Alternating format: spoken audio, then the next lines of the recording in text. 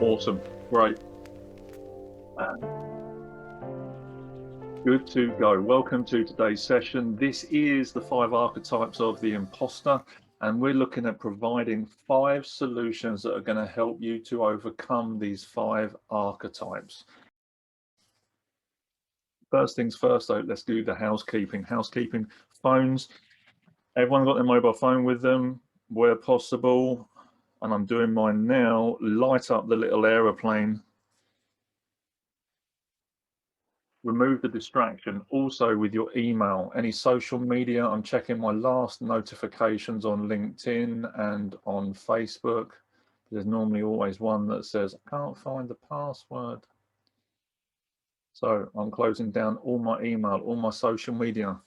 Zero out the distraction, 100% attention on what we're focusing on today. Good. Third part to this then is making sure that you've got a notebook handy. Making sure that you've got a fresh page for fresh thinking so that you can document anything that's coming in, anything that I say, any ideas that come up, any new revelations or concepts that come up in the thinking as we're sharing through this.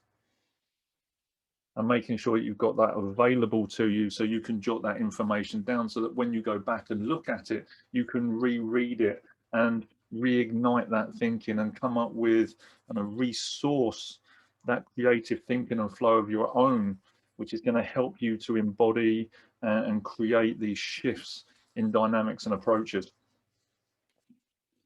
Good, all set up. Happy days. Agenda, what are we going to be covering today? 3 things. 1, what is imposter syndrome and the key factors to it showing up? We're also going to be covering how it shows up, which is we're going to be looking at the 5 archetypes in this, and also why it shows up. So the real driving force and motivation that causes our imposter syndrome to show up consistently in the work that we're doing in different ways in different spaces. And throughout this time, whenever you see me looking down, so most of the time I'm going to be looking at the camera and looking at the people attending, I will also be looking down here because I've got all my notes down here. Because for those of you that have worked with me previously, my brain does not work in a straight line, and it loves to go off in tangents and curves in different directions depending on the questions that come in. So in order to make sure I get all the necessary content that we are covering today to you, everything is written down here. So I'm constantly going to be looking down here just to calibrate the thinking to make sure we're going to get where we need to be. Finally, and at the end of this conversation, I'm also going to be looking at 2 ways that we can work together afterwards. So I like to work in questions, and I like to make sure that everyone's okay with this. Is everyone okay with me having a conversation with them to help them overcome their imposter, and also to share 2 possible ways where we can work together to help move that dynamic much quicker? Would that be okay with everyone watching? Good. Got a thumbs up. We're good to go. Fantastic. Thank you very much. So, next step. What do you want to get out of this session? I want you to take a moment just to write down at least 1 goal that you would like to get out of this 60-minute session in relation to your imposter syndrome. We're covering the 5 archetypes and ways to overcome that. Jot down in your own handwriting 1 thing that you would like to get from this session that's going to help you to move forward. It could be an aspect of your imposter. It could be an element of that you wish to overcome. You might wish to find 1 solution, specific solution to a specific part of your imposter. And whether you're watching this live or whether you're watching on the replay, jot that down. Also put it into the chat box so that you have got a record, and what you're sharing is also helping to trigger other people's thinking. For some people out there might be thinking, oh, I'm not sure, but your process then becomes their process. Your thinking helps to nudge their thinking to go 1 step further as well. So it's really important that we start doing this and sharing our experiences. Everyone got something? Good. Nods, smiles. So what is imposter syndrome? So the first point I wanted to cover, what is imposter syndrome? Imposter syndrome breaks down into 2 things. There are a couple of versions. It's either the belief that you are not as capable as you think as you actually are, or it's the belief that you are more capable than you actually are. So there are two ends to this continuum. The uncommon one, which is that people who believe they are more confident than they actually are, it's not as glamorously named, it's called the Dunning-Kruger effect. So you have people out there that think they are better than they actually are, and they go into jobs or roles or relationships, etc., and project a whole lot of stuff into it, normally cause a whole heap of problems for a bunch of other people to pick up from, and then exit from it. I'm trying to think of, I can't remember the name of the teacher, the one that Kenneth Branagh played in Harry Potter. Um, he, and he constantly projected that he was the best thing since sliced bread, and he had fought all these dark creatures and banshees, etc. But actually, all he was ever any good at was perfecting a memory charm to erase people's memories and then write their stories as his own. So this is the Dunning-Kruger effect. When we swing the other way to something more realistic based, and in the nicest possible way, Kanye West running for president leaves me slightly worried about the world. So this is what we call the Dunning-Kruger effect. The other side of it, the other side of this continuum, is what we more often know is when we don't believe we actually have the skills or the capabilities to do what we can do. We don't believe in ourselves. And I've written it down here. It is the belief that you are inadequate, incompetent, or ill-equipped to do what you've been asked to do or are currently doing. But purely it is a belief. And then how this comes out is what it comes out as, it normally is self-depreciating, damaging, and harmful self-talk and behaviors, which in turn lead to actions which will validate and support the current mind chatter that we're hearing. So all we end up doing is this belief then turns into a projection, which then turns into a habit or behavior, which then goes back to say, you were right. Oh, look, I told you so. But it doesn't mean that it's right. More often than it's not. And this is what imposter syndrome is. Either the belief that you are or are not as capable as you actually are, or over. And it comes up in different ways. So the next part is the key factors to it showing up. And there's three key factors to it showing up. The first one is environment. It's all about where you are. It's whether you feel like a fish out of water, whether or not you're working in a new department, whether you've been asked to give a presentation based on where you work in an organization, but you're delivering that to a different part of the business. So you could imagine almost someone working in engineering who's really good with machines, then going to the sales department, but being taken out of the engineering department and standing there in his or her dirty overalls in the middle of this nice posh sales environment, you would start to feel very alienated. So you'd start to feel like an imposter because you don't feel quite right. And actually, when you look into sports arenas and environments, actually, there's a higher statistic of home wins for sports teams as well. So they're talking about having the home advantage. It's all about the environment. Does actually someone play football any different whether they're at home or whether they're at another team? Technically, no. But there is a belief structure on that environment that says that I am a better or worse person because of that situation. So our environment influences how we perceive ourselves a great deal, or has an impact on how we perceive ourselves. Number two is audience. Who we're speaking to or whom we're playing in front of, whatever it is. Now, regardless of whether we are an expert or how much we know about something, the moment that someone says, oh, you're now going to be delivering a presentation about this to the CEO or to another group of people or whatever it is, all of a sudden we start to worry about the what ifs and the maybes based on who we're delivering that to. But even if we've done that same speech to a customer or a friend and we said that thing 40, 50 times, all of a sudden we worry about all this other stuff and we don't believe we're going to be good enough to deliver it a 51st time. just based on the person that's going to be in front of us again. So we start to put a lot of different pressures on ourselves based on that conversation. And what we start to do is we start worrying about, well, maybe they won't like me. What if my slides aren't right? What if I make a mistake? What if I trip as I'm walking on stage? What if I wear the wrong outfit? What if I miss the bus? And this audience part is, we know we worry about them, but we're worrying about what they're thinking of us.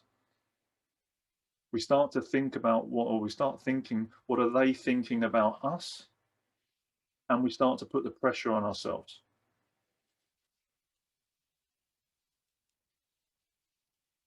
And what we fail to do is actually, it's not about us, it's about them.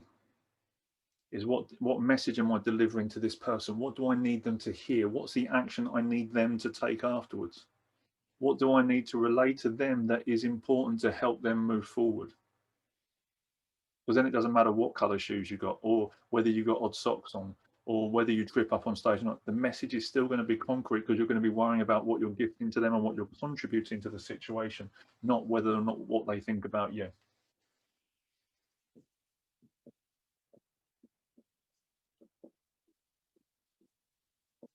Number 3 is the foundation to all of this, and it's importance. It's how much importance are you putting onto a subject or focus of attention. The moment that we start raising the importance, what we do is we start escalating the emotions. We start projecting a huge amount of energy onto that, and we start raising the value of it. Because what they call excess potentials, where we put all this pressure onto it, that actually that pressure then swings back to us. And it's the same with Newtonian or quantum physics. The moment that you position something or apply pressure to it, it has to have an opposing force. And the moment you put all that pressure onto yourself delivering this result and making this outcome, whether it's a sales, whether it's relationships, no matter what it is, a job interview, we put all that pressure on, but then that pressure changes the way that we feel. And I'm not a religious person. There is a phrase in the Bible that says the content of your heart dictates the content of your mouth. So therefore, when the emotions escalate, the importance goes up, we start to position ourselves, and that emotional energy starts to come through with the way we talk. And as a result of that, we end up with 2 things, or we end up with 2 behaviors that we primarily display. We either end up being needy or greedy. And we see this a lot in sales environments. You also see this in job interviews, when there's a certain amount of pressure on the person to get the job, or a perceived pressure to get the job. So the prime thing here is, when you understand these 3 key elements before you walk into a situation, okay, what's the environment I'm going to? And you can prepare better for that. Okay, what do I need to bring to that? How can I make myself more comfortable? As I said earlier, if you're working in engineering and you need to go out to the sales department and actually you haven't got time to change, well, then just accept that. Rather than resisting it, just be who you are and who you need to be. Thinking about your audience. Do you change because of your audience? No. Your message might vary slightly, it might be nuanced. You don't change because the delivery is exactly what it needs to be. And number 3, have you raised the importance on what it is you're delivering, and has that caused you to be needy or greedy in what you're doing? Do I need these people to like me? Do I need to emphasize these pieces of information to make sure that they buy my product? Because if I don't, I'm going to get fired. So we start to see the shift in the language and the emotional content that goes with this. So it's important we understand these things, and then we can make the changes. But then how does it show up? It shows up in 5 common ways. It shows up in 5 archetypes. And these are 5 of the first 5 of the 9 that I understand of the archetypes of the imposter. So what I'm going to do is I'm going to give you the symptoms of each of the archetypes that we're going to talk about today. It is then, you might find strengths and pulls into these. You might say, oh yeah, that's me, or that's not, or maybe I experience this, or whatever. You may see some preferences in there, but it's about understanding that some of us have preferences, but you will find that one archetype quite often slips into another archetype or causes you to then walk into another, walk into another. And you have a domino effect of where you may display a little bit of that, which then triggers a lot of that, and vice versa. So I'll give you the symptoms, I'll give you the title and the symptoms of each of these 5 archetypes. And I'll also give you 4 questions for each archetype to help you create some deeper understanding, but also create an action that will help you to move beyond them and through them faster. The first 3 questions I will ask are always the same, and they relate along the lines of these. So the first 3 questions are, number one is where. So where does it come out most? Number 2 is when does it get triggered? And number 3 is with whom.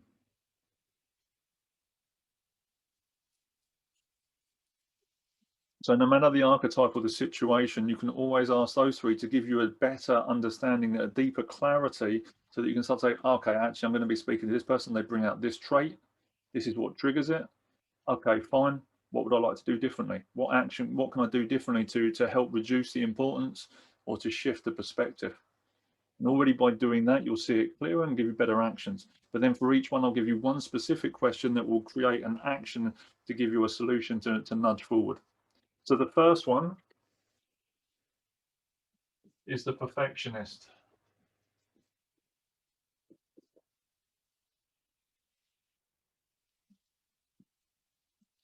So the perfectionist is a pretty strong one and shows up quite a lot. And it is, I think most people have an understanding of when they're doing this or how it is playing out in their lives. The first thing to understand is that perfection doesn't exist. It is the lowest level of achievement because it does not exist. And what we tend to do, though, when we see this playing out, especially as we set ourselves extraordinarily dangerously high targets and expectations. Why? Because we want to make ourselves look better than everyone. Look at me achieving 120% when the target's 90%. And we set these goals for ourselves to push ourselves. Great, we want to challenge ourselves, but we make them so challenging that we can't attain them. And we end up with 2 results out of it. We either fail miserably and justify why we couldn't do it. Or number 2, even if we do succeed, we will spend time finding reasons why it wasn't good enough according to our expectations. And whenever anybody then compliments us and says, fantastic job, we then say, no, it wasn't because of X, Y, and Z. So we naturally push the compliments away and to justify actually why it wasn't good enough, and then set ourselves an even higher target, which potentially we won't hit next time. So we're always setting ourselves up to fail with the perfectionist. Couple of symptoms. 1, do you always feel like it has to be 110%? And do you fuss over every single detail? And also, as I said earlier, with the high targets, do you give yourself a hard time for missing those self-imposed hard targets? And do you sometimes dwell on them for 2-3 days when you haven't achieved them? And the last one here, especially for the perfectionist, do you have problems delegating? And as the famous saying goes, if you want it done properly, do it yourself. These are all traits of the perfectionist. So as I said, the first 3 questions to get a better understanding of the perfectionist in your perfectionism. The first one is, where does it come out most? And it could be parenting. It could be in relationships. It could be at home as much as it is at work. And in fact, some of us even have different archetypes come out at home than we do at work.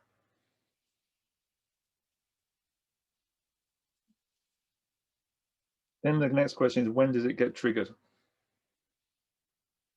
So when does your perfectionist really get triggered and cause you to come out into this space? And lastly, with whom?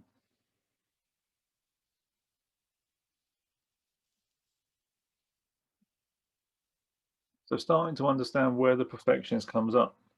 But the one thing that often that perfectionists don't do, and people that are striving for perfectionism, is they don't take time to celebrate their successes, small or large. Now, it's important we understand our milestones. So the last question here to help support moving out of the perfectionist faster is, what can you celebrate? What can you find in every conversation, in every project, in every client interaction, whatever it is, or even in your days parenting or conversations you've had with your children, whoever, what can I celebrate? And go and find those things. And rather than quibbling over the details, celebrate them.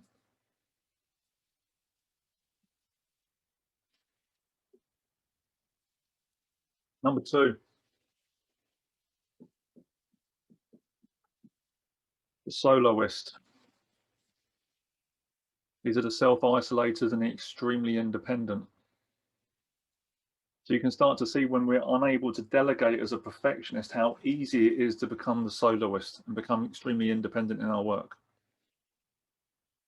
So the soloists are, as I said, self-isolators. And these are the types that would rather work alone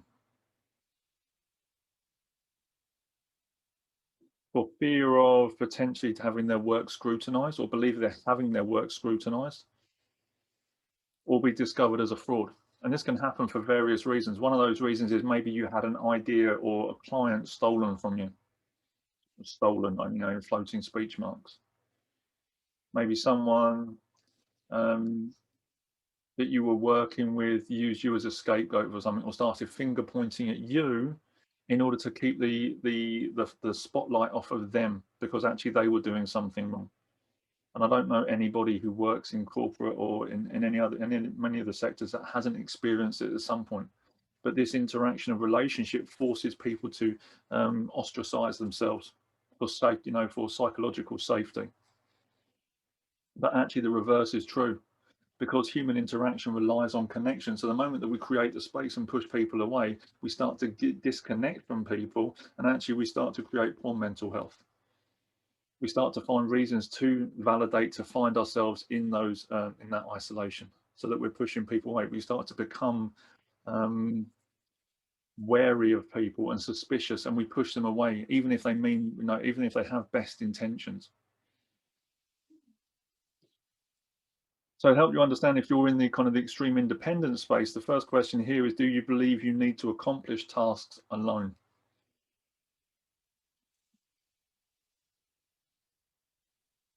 Second one is, do you find yourself often saying, I don't need help, when actually you feel like you do?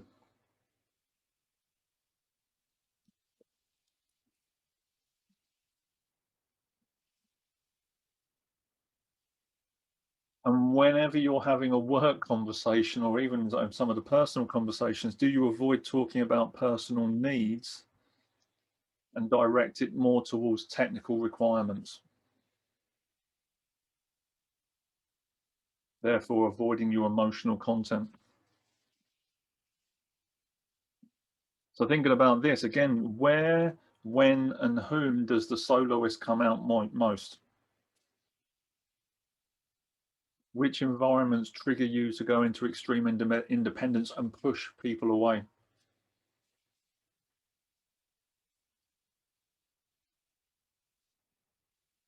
Now, the key question off the back of the soloist to help move through this, and is to really start reconnecting, is asking the question, who is in my support network? What mentors do I have available? This thing that I don't enjoy doing, but I'm forcing myself to because of that extreme independence, is there somebody else that I know that would really enjoy doing that? And is there something I can do for them that I would enjoy doing? And actually helping you to enjoy different elements of the work by reconnecting to that support network.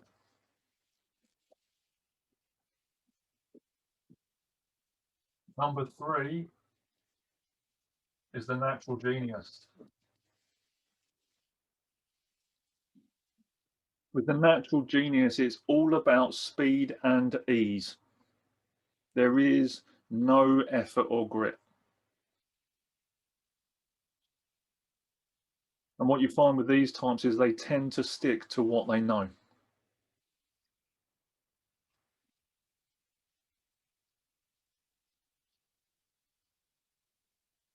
And they also tend to, what they succeed at, and in order to maintain that persona, that's what they do. They stick to their zone of expertise and their zone of genius, and they don't move out of it. But what they do is they confine themselves to a certain space. And I think everybody that knows or knows somebody that has worked in a department for a very long time, and you can always go to that person and ask them any questions, but they don't ever push themselves. They don't go and get promoted. They won't go and do another thing, or push themselves outside of their comfort zone. And one of the key symptoms to know if you're in the natural genius category when you see these people going in is, do they freak out when they're given new projects or new tasks to do that are outside of their comfort zone? And remembering that your comfort zone will shrink and expand in accordance to where you stand in relationship to it. But the people that are caught in the natural genius phase, one of the reasons they stay like that is that one of the key, the other symptoms of it is they may have been told that they were the smart one in the family. They get given a label associated to what they're doing in life, and they play to that label or got stuck in a loop because of that label. And therefore focused all their energy on that. And as a result of that, the question here is, are you used to excelling with little effort? For the people that are in the natural geniuses, they can excel with little effort because they've stayed in that space for so long. So again, thinking about this, if you're in the natural genius spaces, where, when, and whom does the natural genius part show up? And the question to help shift this is, what can you do to stretch your comfort zone by 5%? So whatever it is you know, love, and do, well, not necessarily even love. Sometimes with the natural genius, they don't. They just do it because it's easy.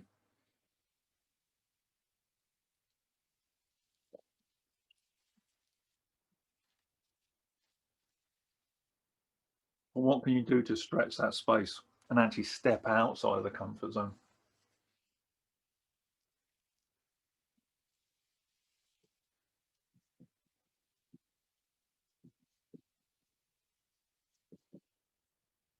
Number 4 is the expert. And this is on the other end of the spectrum to the natural genius.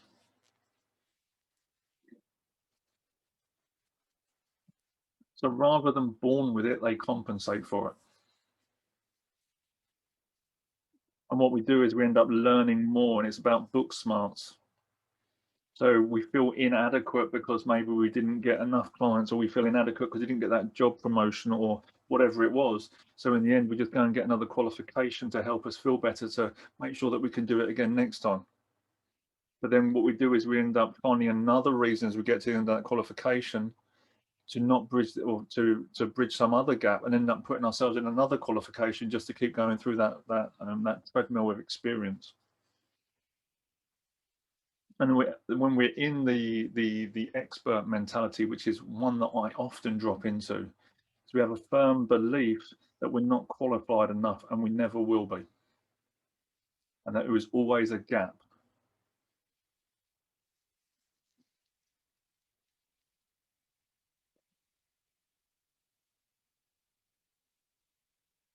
And the other part is, or another element that comes up in this is when actually we look at job descriptions for new jobs, new positions, actually we end up blaming our lack of education for not trying, let alone not getting the job.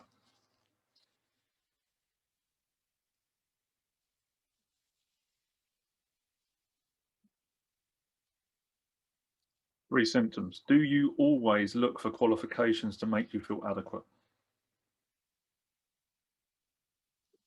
Again, this isn't everybody, and it might come up at different times. Prime example, last year, coming out of the work situation I was in, was again uncertain about where my client was coming from, what's happening in my work, how I'm attracting people. Is it because I'm underqualified? And I felt like I had a problem. And therefore, instead of kind of going into that problem, I then used getting a qualification to get out of actually addressing the problem. So I looked for a qualification in psychotherapy, knowing full well that in the end of it, it would probably take me 7 years to get the degree I needed to become a psychotherapist. And therefore, and speaking to Anna and having some of those questions, actually, is this helping me to move forward? And no, how the hell am I actually going to, how the hell am me becoming a psychotherapist with a degree? How's that going to help me getting clients right now in order to make sure I'm paying the bills in order to keep the roof above our head? Doesn't. Absolute avoidance. But you'll see how to shift this to get a better benefit out of it in a minute.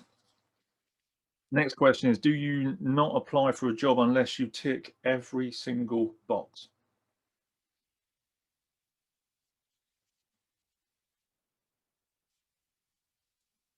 And the last one, which is also a personal favorite of mine when I'm attempting to justify myself and validate myself when I'm in different relationships, especially with senior members of leadership in certain organizations I've worked, do you sometimes baffle people with overly complex language and knowledge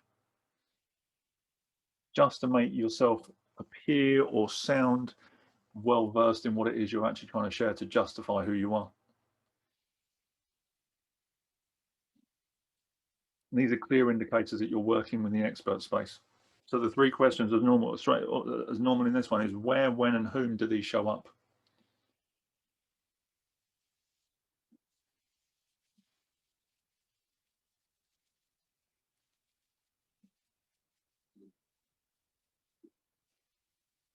Again, remembering it's also about, with whom. Well, maybe actually it's a senior member of leadership team that might be responsible for holding a job interview that you might be having with them in a month's time. And being aware that this importance that you're applying to this audience is actually increasing or shifting your language and making you behave like the expert or the natural genius or whatever it is. So it's having a grasp of this, and it may be at different points that relationship changes or that dynamic comes up. The key question to help you shift out of the expert much faster is how can you plan better? And what I mean by this is how can you plan the education? Because I believe that the education is important and the need for us to get qualifications is good, but it's only as good as the application of it. It's got to be planned in so that you can spend time learning and also at the same time execute on what it is you're delivering, on what it is you're learning, but also moving yourself through the problem that you're working on. So it's all about scheduling time to do the learning and do the execution. And how did I reapply this? So when I reapplied this with my recent experiences of working with the expert, is actually understanding that nothing in nature does one thing. Everything in nature is doing multiple transactions at any given moment. It's when we distract ourselves and pull ourselves in one direction so that we're only doing the learning aspect and we're ignoring the execution aspect, the implementation, that we're going to hold ourselves back. But if you can make the learning experience do both things at the same time, then it's going to be a win-win. So knowing that I was holding myself back with my own headspace, my own mindset, and my own belief systems, which was then stopping me from getting clients at that point in time, and then coming over here, okay, what's the qualification? Instead of doing the psychotherapy, then becoming qualified as a hypnotherapist, but knowing full well that doing the training over here would actually help me shift the mindset from over here. So I ended up doing two things in one: qualifying as a hypnotherapist, shifting the mindset at the same time whilst going through the qualification very quickly, enabled me to actually get the clients, and I already had clients signing up to work with me before I'd even done the qualification. So again, it's just helping to make that thing do more than one thing at a time. And how can I reapply it? Number 5,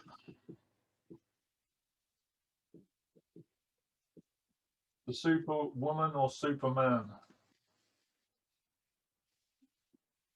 In this space, categorically the overworker. When we are in the the superhero position of the imposter syndrome, we push ourselves to work harder and harder to prove we're good enough. Working on the outdated premise that you're a good worker by a good number of hours. 50s and 60s ideal that if you were there before the boss and you were there after the boss left, You would be deemed a good worker, and therefore you would be in line for a promotion. But it's outdated and doesn't work, especially in this day and age when we don't work from the office and no one has any idea what time you start work anyway. Just the way it is. The other thing that we often do, though, or key symptom is, do you keep working even when everything is done? Do you imagine that there is some curve that you need to get ahead of tomorrow, so you end up doing more things today in order to get ahead of that imaginary curve for tomorrow? But even then, when you get there tomorrow, there's still exactly the same amount of work you had to do when you got there anyway.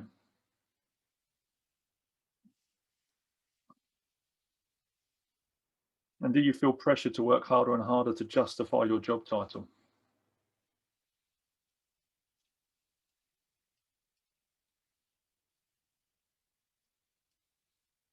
And the worst one that comes out of the overworkers is, do we feel it's difficult to relax when we're not at our desk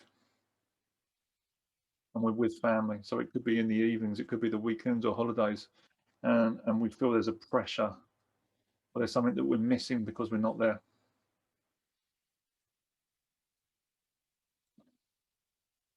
These are the symptoms of the overworker, because we're always trying to justify ourselves against somebody else, or maybe they're working 9 hours, so we need to work 9.5 hours, or maybe they got 3 sales and we have to go and get 6 sales. So then perfectionist comes in, so we set ourselves an even higher target to overcome them, and then we become soloist and we push them away, and you start to see how one dominoes into the other. But actually, if we're not getting enough downtime, as we know when we're doing the overworking, we're not actually giving our brain the time to declutter. And then we start worrying about lots of other different things that start kicking in. So you start to see how one loops back into the other, loops back into the other. Key questions here. Where, when, and whom does the overworker turn up?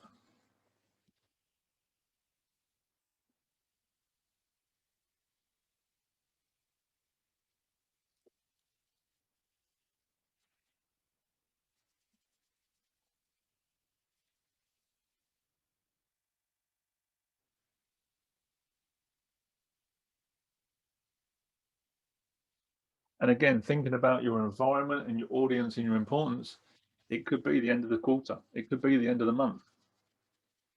It could be when a target is getting close or has been missed or something's happened. It forces this imposter syndrome to kick in, and you go into panic mode at the end of a month, and you haven't even seen the whole quarter or the half year or whatever play out. And we start to go into panic because we think, oh, maybe the next quarter is not going to be as good as that, and da da da da da da da da, and we snowball accordingly. Key question though, with the superwoman, superman archetype though, is who do you want to win with?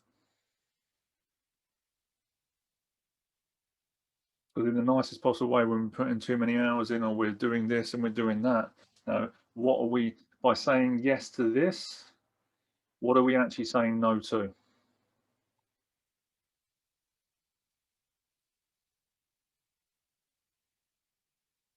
So again, it's about finding that balance.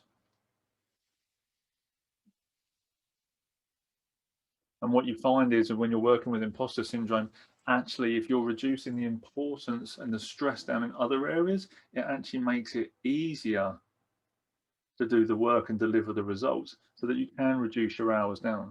But all the time that you're panicking about what is and what isn't primarily, you increase the hours, which increases the stress. And when we look at this, we have two bank accounts. We have a financial bank account, and we have an emotional bank account. And most of us think that our emotional bank account is led by our financial bank account. I'll be happy when I have £1,000,000. And then we get so panicky about that £1,000,000, we have to go and get another £1,000,000 to make the first £1,000,000 safe. And our emotions are never actually supported by the £1,000,000. But actually, it's easier to make £1,000,000 when you've got a smile on your face. And I say this in very lay terms, and when I'm talking to people about career development and getting sales and doing certain things, is no one ever got promoted with a face like a smacked ass. So if people don't believe that, or are unsure that money is driven by emotions, try and get a job when you're miserable. Try and get a job when you don't like the job you're in. Try and get a partner when you're unhappy in the current relationship you're in, or unhappy about yourself. It's not going to work. So it's got to be the emotions that are driving it first. But if we're overworking, causing ourselves stress, we're going to stay stuck in the loop. So it's really important we understand this. And the fastest way to get out of that is remember who you want to win with. Is it a child? Is it a relative? Is it a partner?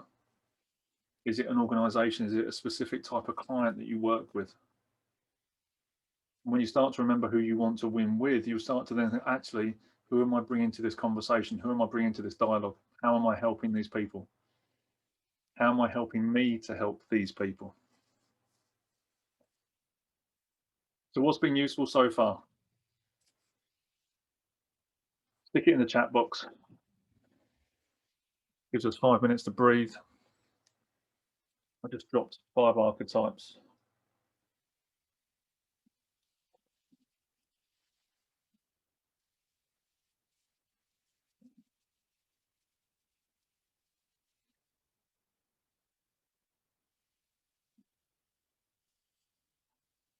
A moment to have a mouthful of tea.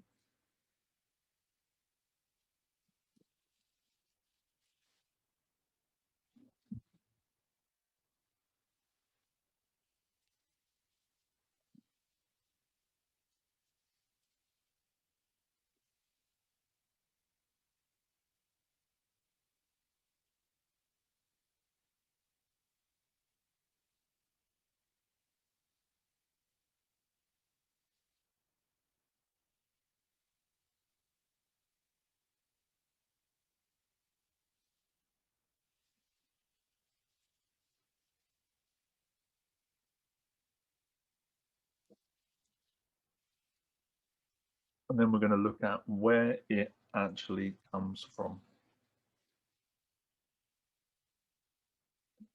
You sort of think I connect most with a soloist, perfectionist, and expert. Good, good, good, good, good. And you will find at other times that the other ones kind of drop in and drop out depending on who you're with in varying different formats of where you're looking to get appreciation or connection or acknowledgement from different people at different times. So it's really important we understand this so that when you see those 3 archetypes of the extreme independence from the soloist, the perfectionist, the need to get it so right in order to be seen, and then the expert in order to making sure that you've got the right information in order to make it perfect so that you are seen, is understanding how these different characters interact with each other at different points. So even with the perfectionist, when we're looking to be seen, we want to be seen, but in case we actually are seen, we don't want people to see us in case we don't actually get the acknowledgement that we were looking for. So it's almost like saying, yeah, pick me, pick me, pick me, pick me. Yeah, no, me. And then you kind of disappear. You see that in large seminars, and everyone says, yeah, put your hand up if you want to do this. And you see the people kind of slink down in their chairs and then put their hands up. This is the kind of, they want to be seen, but they don't have the feeling of being seen or the fear of being rejected. That if they put their hand up, what if the person next to them gets picked and they don't? How will they feel? There's this interesting play of kind of where we have with these elements. Good, good, good, good. And then using those questions to help shift it. So even just having the kind of the wherewithal of kind of the environment, the audience, and the importance you're placing on, and whom that's coming out for, and then using that question to kind of nudge it forward a little bit faster to create those solutions to make it move. Where does it come from, though? Categorically, and this is the hard truth of where our imposter comes from. Okay, it comes out of trauma. And trauma isn't, and this is the misnomer, trauma isn't just the 15 car or the multiple car collision on the M1 or whatever motorway with multiple deaths, etc., or the horrendous event that happened to us. Trauma can be large or small, because trauma isn't what happens to us. Trauma is what happens inside of us as a result of what happens to us. And trauma is denoted or is defined by anything that affects us physiologically and psychologically, and causes us to behave in a different way based on something that happened to us. And then the moment that we make that shift, whether it was from something that was said to us when we were 5, or our first boyfriend or girlfriend that dumped us when we were 12, then causes us to react and behave in a different way to the opposite sex, this is trauma. Or whether we're not, we know, like I say, with the multiple car collision, actually, are we scared about getting into a car again, or being driven somewhere, or driving a car? This is affecting our habits and behaviors and our patterns. And it causes then these safety mechanisms to come into play, and it causes our ego to work in a different way. So we have these different elements of the ego, which then step in to make us behave in a certain kind of way, so we don't experience the hurt that goes along with that trauma that we experienced before, that maybe we've been denying, that we repress and we push away, which then gets displayed in perfectionism or extreme independence, etc. I don't want to be in a relationship again, therefore I'm going to display extreme independence and push people away in case someone steals my idea, steals my work, or says something to me that hurts me, therefore, like I did when I was 14 and broke up with my first girlfriend. It is having this understanding that is causing us to have that shift in behavior. Then what happens is, as a result of the trauma kicking in, we end up in 3 spaces. So we have ourselves there as we are. The trauma happens here, the traumatic event, which then causes a fear to kick in. Fear of being seen, fear of losing love, fear of being not good enough, so on and so forth, fear of failure, fear of success. We have all these fears kick in because that's what trauma does. Initially drives a fear, but that turns into a behavior. And that behavior is helping you to not experience the fear and not relive the pain and the heartache that goes with the traumatic event. And this is just your ego strengthening itself to stop you from fear, because your ego loves you. Your ego loves you so much, it encourages you to overwork. Your ego loves you so much, it wants you to get every detail right so that you never take action on it, so you don't experience that pain. So it's doing this a phenomenal job driving these behaviors. But more often than not, these behaviors are driven by dopamine and addictive behavior, addictive traits, smoking, gambling, sex, shopping, all of these different things. And all the while that you're sitting inside the behavior, you're never feeling the fear, and you're never processing the trauma that actually drove their behavior in the first place.